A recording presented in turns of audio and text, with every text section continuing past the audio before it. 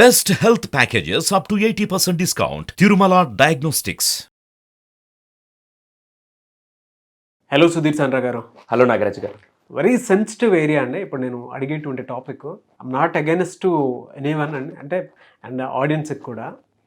ఎందుకనంటే అండి, ఇవాళ ఒక కన్న తల్లి పడేటువంటి బాధని ప్రతి ఒక్కరికి నాకు ఎందుకో చెప్పాలి. ఇలా కూడా ఉంది. పేరెంటింగ్లో కొంతమంది ఎంత ఇబ్బంది పడిపోతున్నారు, ఎంత స్ట్రెస్కి గురవుతున్నారు, వాళ్ళ ఐడెంటిటీని ఏ విధంగా కోల్పోతుంది ఒక తల్లి, తను పడే ఆవేదన బాధ ఈవెన్ భర్తకు కూడా చెప్పుకోలేకుండా ఏ విధంగా ఉందనేది ప్రతి ఆడియన్కి తెలియాల్సినటువంటి అవసరం ఉంది. సో దానికోసమే ఉమ్మడి కుటుంబంలో ఉండేటువంటి వాళ్ళు ఎవరైతే ఉంటారో, జనరల్గా లేదు ఎవరైతే భార్యాభర్తలు పెళ్లి చేసుకున్న తర్వాత పిల్లల్ని కంటారో, ఎవరైతే గ్రాండ్ పేరెంట్స్ ఉంటారో, వాళ్ళకి ఆ గ్రాండ్ పేరెంట్స్ నుంచి వచ్చేటువంటి సమస్యలు ఏవైతే ఉన్నాయో ఇవాళ కొంతమంది తెలుసుకోవాల్సినటువంటి అవసరం చాలా ఉంది. కొంతమంది బాగా పెంచుతారు. I'm not against them. నేను చాలా క్లియర్గా చెప్తున్నాను, నేను వాళ్ళకి అగైన్స్ట్ కాదు. బట్ కొంతమంది ఆవేదన నేను మన వీడియోస్ కింద కామెంట్ బాక్స్లో కూడా చూశాను కాబట్టి దాన్ని నేను రైస్ చేస్తున్నాను. పిల్లల పెంపకంలో గ్రాండ్ పేరెంట్స్ చొరవ ఎక్కువైపోవటం వల్ల కన్న తల్లి పడేటువంటి ఆవేదన ప్రతి ఒక్కరికి తెలియాలి. అసలు జనరల్గా ఏ విధంగా ఉంటుందండి? తల్లులందరూ చెడ్డవాళ్ళు, తండ్రులందరూ చెడ్డవాళ్ళు, అమ్మమ్మలందరూ చెడ్డవాళ్ళు, నానమ్మలందరూ చెడ్డవాళ్ళు, ఇలాంటి స్టేట్మెంట్స్ అన్నీ రైట్ కాదు. దాంట్లో 99% మంది మంచి వాళ్ళు ఉంటారు. ఒక్కరెవరో తప్పు చేయడం వల్ల ఆ తల్లి అనే వ్యవస్థ మీద ఎలా మచ్చబడుతుందో ఇక్కడ మనం కూడా మళ్ళీ చెప్తున్నాను, పెద్దవాళ్ళు లేకుంటే కుటుంబ విలువలు లేవు. ఓపెన్ స్టేట్మెంట్ చెప్తున్నాను. కానీ అదే పెద్దవాళ్ళలో కొంతమంది చేసే పనుల వల్ల ఆ కింద వాళ్ళు ఎలా ఎఫెక్ట్ అవుతున్నారో మాత్రమే మనం మాట్లాడుతున్నాం. ముందుగా మళ్ళీ చెప్తున్నాను, ఇది ఎందుకంటే నాగరాజు గారు దాదాపుగా 10 సంవత్సరాల నుంచి నేను ఈ వృత్తిలో, సైకాలజీ వృత్తిలో ఉంటూ సెషన్స్ చేసుకుంటూ వెళ్తున్నాను. అందులో పేరెంటింగ్ గురించి మాట్లాడడానికి చాలామంది అసలు ఇప్పుడు బిహేవియర్ యొక్క పిల్లల గురించి మాకు పేరెంటింగ్ చెప్పండి అని చెప్పి చాలా స్కూల్స్ ఇన్వైట్ చేస్తుంటాయి. ఒక 6 నెలల క్రితం ఒక స్కూల్కి వెళ్ళాను పేరెంటింగ్ మీద. దాదాపుగా అది కొద్దిగా సిటీ కాదు, టౌన్ కాదు, అలానే పల్లెటూరు కాదు, మధ్యలో ఉండే ప్లేస్. ఒక 500 మంది పేరెంట్స్ వచ్చారు. భార్యాభర్తలు ఇద్దరు వచ్చి కూర్చొని, తల్లిదండ్రులు ఇద్దరు క్లాస్ విన్నర్ అంతా అయిపోయింది.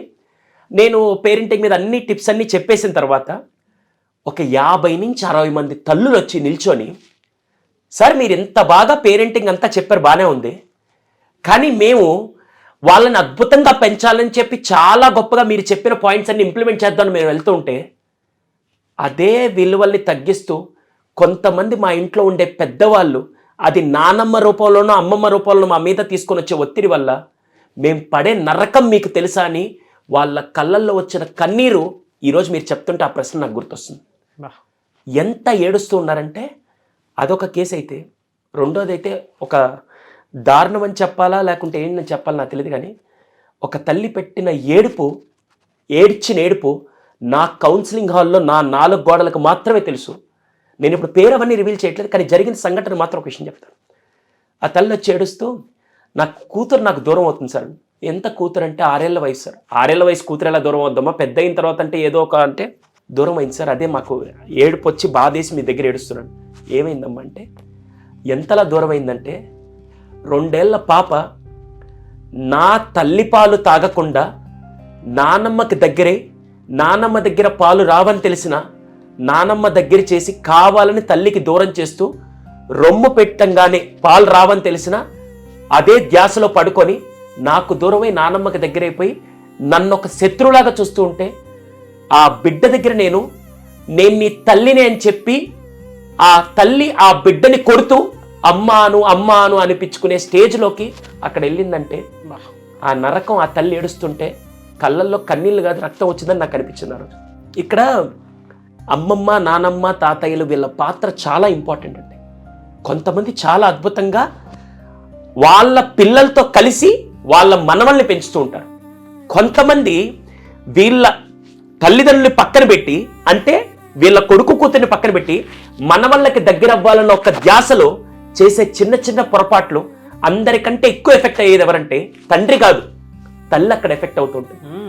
ఇటు నానమ్మ అంటే అత్తమ్మ పొజిషన్లో ఉండే ఆవిడ పేరెంటింగ్ చేస్తూ ఉంటే, ఇక్కడ తను ఒక కోడలుగా తనకి తల్లి అని కూతుర్ని మర్చిపోయే విధంగా చేస్తూ ఉంటే అసలు ఆ పెయిన్ చాలా భయంకరంగా ఉంటుంది. ఎలా ఉంటుందో దాని గురించి కొన్ని విషయాలు చెప్తాను. అసలు ఎక్కడ ప్రాబ్లం వస్తుందో చెప్తాను. నిజంగా ఒక తల్లి కనుక దీనికి సొల్యూషన్స్ కోరుకుంటే ఆ సొల్యూషన్స్ నెక్స్ట్ వీడియోలో చేస్తాను నేను. అసలు ప్రాబ్లం ఎక్కడ వస్తుంది, అసలు ఆ తల్లి ఎక్కడ బాధపడుతుంది అనేది, ఆ తల్లి బాధని ఈరోజు మనం వీడియోలో చెప్తాం. డెఫినెట్గా మీరు చెప్తుంటే కళ్ళ నీళ్ళు వచ్చేస్తాయి. తల్లి బాధ ఎక్కడంటే ఫస్ట్ జనరేషన్ గ్యాప్ అండి. అమ్మమ్మలు, నానమ్మలు, తాతయ్యలు వీళ్ళు ఒక ఏజ్లో ఉంటారు, ఇప్పుడు పిల్లలు ఒక ఏజ్లో ఉంటారు. ఈ మధ్యలో ఉండే తల్లి ఏం చేస్తుందంటే వీళ్ళు పెట్టే నువ్వు ఇలా పెంచు, ఇలా చెయ్యి అని వీళ్ళు చెప్తుంటారు. ఆ పిల్లలు ఏంటంటే ఈ ప్రజెంట్ జనరేషన్లో ఉన్నారు కదా, వాళ్ళకి తగ్గట్టుగా కొన్ని మార్పులు, కొన్ని చెరుపులు చేయాలని చెప్పి ఈ తల్లి ప్రయత్నిస్తూ చేస్తూ ఉంటే ఎంతసేపటికి ఈ పైన వాళ్ళు ఏమంటారంటే, కొంతమంది, అందరు కాదు, మళ్ళీ చెప్తున్నాను, 100 సార్లు చెప్తాను ఈ విషయం మాత్రం, ఆ 1%, 2% వల్ల తల్లి ఎలా ఎఫెక్ట్ అవుతుందంటే, నీకు అసలు పిల్లలు పెంచడం రాదా, ఎప్పుడు నేర్చుకుంటావు, ఇదేనా నీ తల్లిదండ్రులు నేను పెంచింది ఇలాగేనా అని చెప్పి అంటున్నప్పుడు ఈ తల్లి పడే నరక శోభ ఎవరికి అర్థం కాదు. అది హస్బెండ్కి చెప్పుకోలేరు, ఎందుకంటే హస్బెండ్ చెప్తే హస్బెండ్ ఆటోమేటిక్ వాళ్ళు మంచిగా కదా చెప్పింది అని అంటారు అంతే. కానీ ఈ తల్లి లోపల పడే ఆవేదన ఎవరికి అర్థం కాదు. అక్కడ మీరు చెప్పాలనుకుంటే అమ్మా నువ్వు ఇలా కాకుండా ఇలా చేయని చెప్పే విధానం వేరుకుంటుంది, కానీ వాళ్ళు ఎంతసేపటికి నీకు అసలు పెంపకం రాదు, పిల్లలు ఎలాగైనా, అరే మేము పిల్లల్ని ఎంత పెద్దోని చేయలేదా, పెళ్ళిళ్ళు చేయలేదా, నువ్వు రాలేదా ఇంట్లో అని అనేస్తారు అంతే, సింపుల్. ఆ సింపుల్ డైలాగ్ చెప్పడం ఈజీ, కానీ ఆ డైలాగ్ మనిషిని ఎంత కొంగదీస్తుందంటే ఎవరితో చెప్పుకోలేక వంటింట్లో కూర్చొని కేవలం ఆ 4 గోడల మధ్య ఏడ్చే తల్లులు ఈరోజు చాలా మంది ఉన్నారు. ఫస్ట్ ఆ జనరేషన్ గ్యాప్ అనే పదాలతో వీళ్ళని కొంగదీస్తూ ఉంటే చాలా బాధపడుతుంటారు. నేను ఆ తల్లులు చూశాను కాబట్టి చెప్తున్నాను, నేను ఇక్కడ ఎవరికి అగేన్స్ట్ కాదు. నరక యాతనండి అంతే, అది ఫేస్ చేస్తున్నటువంటి వాళ్ళకే తెలుసు. అది ఫస్ట్ పాయింట్. రెండోది, నీకు అసలు పిల్లలకి ఫుడ్ పెట్టడం తెలియదా, ఏంటా తినిపించడం, అసలు ఒక్కొక్క ముద్ద ఎలా పెట్టాలి, ఆ రాగి సంగటి వేసి పెట్టచ్చు కదా, అది వేసి పెట్టచ్చు కదా అని చెప్పి చెప్తూ ఉండి నువ్వు ఎప్పుడు ఆ బర్గర్లు, పిజ్జా, వీళ్ళకేమి కావాలని వాళ్ళు చెడగొట్టాలని కాదు, వాళ్ళు ఏదో ముచ్చటికి ఏదో తినాలనిపిస్తే నీకు ఈ మాత్రం అసలు నీకు వాళ్ళకి ఆ పౌష్టికాహారం పెట్టడం తెలియదు, నీకు ప్లాల్ తాగించడం తెలియదు, నీకు వాళ్ళకి ఏది తినిపించాలి ఏది తినిపించకూడదు అన్న మినిమం జ్ఞానం కూడా నీకు లేదు. నువ్వు ఎలా ఏం చేస్తావు, నాకు ఆ పిల్లలు ఎలా నాశనం అయిపోతారని చెప్పి హెల్త్ కాన్షియస్లో చెప్పే విధానం కరెక్ట్గా చెప్పకుండా వాడికి ఎప్పుడు అలాంటి ఫుడ్ పెడితే వాడు ఏం బాగుపడతాడు, ఇంకా వాడు ఎలా స్ట్రాంగ్ ఉంటాడు, వాడు ఏం చేస్తాడని చెప్పి ఆ తల్లినే కంట్రోలింగ్ తీసుకొని వెళ్ళిపోయే స్టేజ్లోకి తీసుకెళ్తూ ఉంటే తల్లికి అర్థం కాదు. వాడేంటంటే మా వాళ్ళు మ్యాగీలు తిన్నారు, మా వాళ్ళు బర్గర్లు తిన్నారు, మా వాళ్ళు ఇంత ట్రెండింగ్, నాకు బిర్యానీ కావాలి, నాకు మంచి ఫుడ్ కావాలి అని వాడి నోటికి టేస్ట్కి ఏదో నాకు అంటే అలా అని చెప్పి జంక్ ఫుడ్ అని నేను చెప్పట్లేదు, కొన్ని ఫుడ్స్ అని చెప్తుంటే ఇక్కడ వీళ్ళేంటంటే అసలు మా టైంలో ఎంత ఫ్రూట్స్ పెట్టేవాళ్ళు, వాళ్ళు ఏం తినాలో వీళ్ళే డిసైడ్ చేసేస్తారు. ప్రేమతో ఏమో పిల్లలు అడిగారు కదా అని చెప్పేసి, లేదు వాళ్ళకి ఉంటుంది సార్ ఒక భార్యకి భర్తకి చేసి పెట్టాలి అని అనుకుని ఉన్నప్పుడు పిల్లలకి తినిపించాలి, నా చేతితోటి ఇలా చేయాలని ఎందుకు అనిపించదు? డెఫినెట్గా అనిపిస్తుంది. అది కన్నతల్లి ప్రేమ, దాన్ని దేనితో కొలుస్తాం చెప్పండి. ఎంత వర్స్ట్గా ఉన్నా సరే, ఆమె ఎంత బిజీగా ఉన్నా, ఎంత షెడ్యూల్లో ఉన్నా వచ్చేసరికి ఇంత బాగా చేసి పెట్టేది తల్లి ఆలోచిస్తుంది. కానీ ఇక్కడ వాళ్ళ స్టైల్లో ఆలోచిస్తూ ఉంటే ఈ తల్లి చేసే పొరపాట్లకు వాళ్ళు చూస్తూ అది చెప్తూ ఉంటే అది బాధేస్తూ ఉంటుంది. ఇంకా నా బిడ్డకి ఎలా పెట్టాలి చెప్తారు, నా బిడ్డకి ఎలా పెట్టాలి నాకు తెలియదు అని చెప్పి ఆ తల్లి పడే నరకం నెక్స్ట్ లెవెల్లో మిగిలిపోతూ ఉంటుంది లోపల. ఇది సెకండ్, హెల్త్ పరంగా. మూడోది, ఏం వాడికి డబ్బులు చెడగొట్టేస్తావా, ఏంటి వాడికి అలా డబ్బులు ఇస్తావా, అసలు మా టైంలో ఎలా ఉండేది తెలుసా నీకు అని చెప్పి ఎంతసేపటికి, మళ్ళీ అందరూ కాదు ముందే చెప్తున్నాను, మళ్ళీ ఇన్నిసార్లు చెప్తున్నానంటే ఇది నేను చాలామంది తల్లులతో మాట్లాడించే చేస్తున్న వీడియో ఇది. ఎంతసేపటికి పిల్లల్ని చెడగొట్టడానికి అంత డబ్బులు ఇస్తే వాడు ఏం చేస్తాడు, మా టైంలో అసలు ₹1 ఇస్తే రూపాయి ఎంత చేసుకోవచ్చాలని చెప్పి అంతా ఇంక ఇలా చెప్తున్నంతసేపు నేనేమన్నా వాడికి కావాలని డబ్బులు ఇస్తున్నానా, వాడేదో ముచ్చట గడిగినప్పుడు ఈ పని చేయడానికి ఇలా చేస్తే ఇలా అని చెప్పి నేను కొన్ని రివార్డింగ్ సిస్టము, కొన్ని పనులకి వాడిని ప్రోత్సహించడానికి, కొన్ని చేయడానికి, కొన్ని చిన్న గిఫ్ట్లు ఇవ్వడం ఇలా చేస్తున్న తప్పుగా, అది ఈ జనరేషన్కి ఇది కరెక్ట్ అని చెప్పి ఆ తల్లి చెప్పాలనుకున్న మనోవేదన ఆ గుండెల్లోనే ఉండిపోతుంది. ఒకప్పుడు రూపాయి వాల్యూ ఏంటి, ఇప్పుడు రూపాయి వాల్యూ ఏంటి సార్? అంటే ఇప్పుడున్న జనరేషన్, అవును ఇప్పుడున్న జనరేషన్లో ప్రతి తల్లి కూడా ఫైనాన్షియల్ నాలెడ్జ్ని ఎంతో కొంత తన లైఫ్ స్కిల్స్ నుంచి నేర్పించాలని చూస్తూ ఉంటారు. అది వీళ్ళు మాత్రం డబ్బులు ఇచ్చి చెడగొడతావా, కేవలం ఉందా, ఇది తెలియకుండా వాళ్ళ మీద మానసికంగా చాలా కుంగదీసేస్తాం. ఇది మూడోది. నాలుగోది అన్నిటికంటే యాక్చువల్గా ఆవిడ మేబీ పెళ్ళి కాకముందు ఒకరి కూతురు, పెళ్ళి అయిన తర్వాత నీ కోడలుగా వచ్చింది లేదా కూతురుగా ఉందనుకుంది, కానీ ఇప్పుడు తల్లి అయిన తను ఒక తల్లిని బిడ్డ ముందు డీగ్రేడ్ చేస్తే, అరే మీ అమ్మకి ఏం తెలియదు రా, కాముండు, మీ అమ్మ అలాగే చెప్పదులేరా, మీ అమ్మకి ఏం తెలియదు, మీ అమ్మ అసలు దానికి కరెక్ట్ కాదు అని చెప్పి తల్లి లేనప్పుడు కానీ తల్లి ఉన్నప్పుడు కానీ బిడ్డ ముందు తల్లిని తక్కువ చేస్తే ఎలా ఉంటుంది ఒకసారి చెప్పండి. నాగరాజు గారు మీకేం తెలియదు, ఆ యాంకర్కి బాగా తెలుసు అని అంటే మీకు ఎలా ఉంటుంది? అర్థమైందా? ఓకే. లేకపోతే మీ కింద పనిచేసే వ్యక్తి ముందు నాగరాజుకి ఏం తెలియదు కాముండ్రా అని చెప్పంటే, అరే సుధీర్ నువ్వు గెస్ట్గా వచ్చావు, నువ్వు నా వాడి ముందు నువ్వు నన్ను తక్కువ చేసి మాట్లాడతాను, మీకు ఎలా ఉంటుంది? అలాగే ఆఫ్టర్ ఆల్ ఒక చిన్న రిలేషన్లో ఇలా ఫీల్ అయితే, ఒక బిడ్డ విషయంలో తల్లిని తక్కువ చేస్తూ, అరే మీ అమ్మకి ఏం తెలియదు, మీ అమ్మ ఇప్పుడు అలాగ అంటుంటుంది, మీ అమ్మకి అసలు వంట ఉండడం తెలియదు, లేకుంటే ఇలాంటి చిన్న చిన్న విషయాల్లో ఆ బిడ్డ ముందు తల్లిని తక్కువ చేస్తున్న విషయం కనుక తెలిస్తే, ఆ తల్లి ఏం చేస్తుంది తెలుసా? కొన్ని రోజుల తర్వాత నేను అమ్మని రా, నీకు తెలియదు, అమ్మ చెప్పిన మాట వినవను అని చెప్పి ఫ్రస్ట్రేషన్ ఫీల్ అయ్యి ఆ బిడ్డ మీద చూపించలేక ఎవరి మీద చూపించాలో తెలియక ఈ లోపల పడే నరకయాతన వేరే లెవెల్లో ఉంటుంది. డీగ్రేడ్ ఎప్పుడు పిల్లల ముందు తల్లిని డీగ్రేడ్ చేయకూడదు. మైండ్కి స్ట్రెస్ ఎక్కడి నుంచో రాదండి, సూసైడల్ టెండెన్సీస్ కూడా ఎక్కడి నుంచో రావు. కన్న తల్లికి పిల్లలకి మధ్య ఉండేటువంటి బాండింగ్లో ఎవడన్నా వచ్చి వేలు పెడుతున్నాడు అని అంటే, అది తన సొంత భర్త అయినా సరే, తన సొంత అమ్మా నాన్న అయినా సరే, అత్తమ్మ మామయ్యలైనా సరే, ఫస్ట్ అయితే మాత్రం బాండింగ్ కొద్దిగా ఉంటుంది, దాన్ని ఎవరు ఇంటరప్ట్ చేయకూడదు. జస్ట్ రెస్పెక్ట్ దెమ్ అంతే. అంతే. గ్రాండ్ పేరెంట్స్కి కూడా మనం చెప్పేసి రెస్పెక్ట్ ఇవ్వాలండి ఆ రిలేషన్షిప్కి. ఇవాళ ఇండివిజువాలిటీస్ ఎక్కువైపోవటం వల్ల ఎవరు పడితే వాళ్ళు ఆ 360 degrees యాంగిల్లోనూ చేతులు పెడుతున్నారు, వీళ్ళు కాళ్ళు అన్నీ పెట్టేస్తున్నారు. కానీ వీ షుడ్ రెస్పెక్ట్ దెమ్. మనం అగైనెస్ట్ కాదు, కానీ కొంతమంది అలా ఉన్నారు, అందుకే మనం మాట్లాడుకోవాల్సిన పరిస్థితి ఉంది. నాగరాజు గారు ఇప్పుడు దాకా 3 పాయింట్లు మాట్లాడు. 4వది, ఈరోజు మీరు యాంకర్, నేను గెస్ట్, మనకు ఒక పాత్ర ఉంది, అవునా? ఇప్పుడు కెమెరామెన్ ఉన్నాడు, ఆయనకు ఒక పాత్ర ఉంది, ప్రతి ఒక్కరూ వాళ్ళ రోల్స్ ఉన్నాయి. ఇప్పుడు నేను వచ్చి యాంకర్లో ఏలు పెడితే, నేను పేరెంట్ని, మీరు గ్రాండ్ పేరెంట్స్, వాడు చిల్డ్రన్. నేను పేరెంటింగ్ చేయాలి, మీరు గ్రాండ్ పేరెంటింగ్ చేయాలి. మీరు పేరెంటింగ్ చేయకూడదు.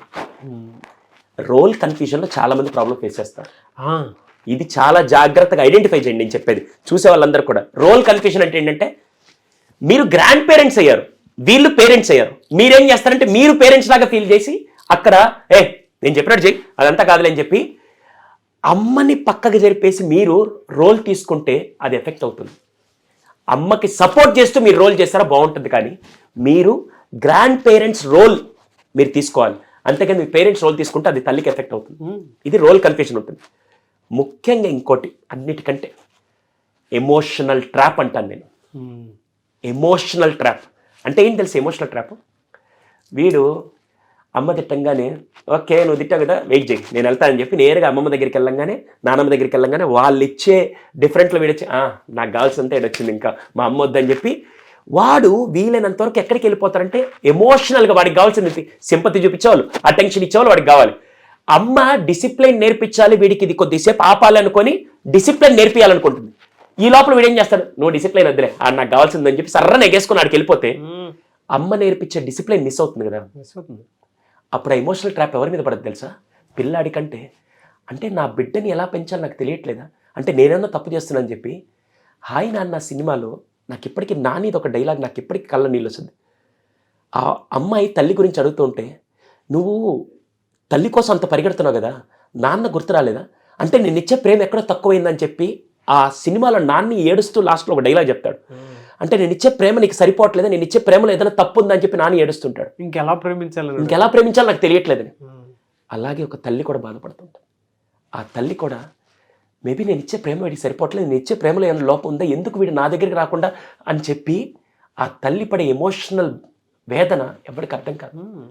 కొలవలు సార్ అదే పిచ్చోళ్ళు అయిపోతుంటే. అంటే కొంతమంది తల్లులు పిచ్చిగా ప్రవర్తించడానికి లోపల ఎమోషనే ఎన్ని రకాలంటే అన్ని రకాలుగా ట్రిగర్ చేసి మానసిక ఆవేదనకు గురి చేస్తేనే ఒక తల్లి అలా తయారైపోతూ ఉంటుంది. ఇవన్నీ ఎక్కడ అంటే మీరు డిస్కస్ చేసిన పాయింట్స్ అన్నీ కొన్ని కుటుంబాల్లో మనం డైరెక్ట్గా చూస్తాం. ట్రూ.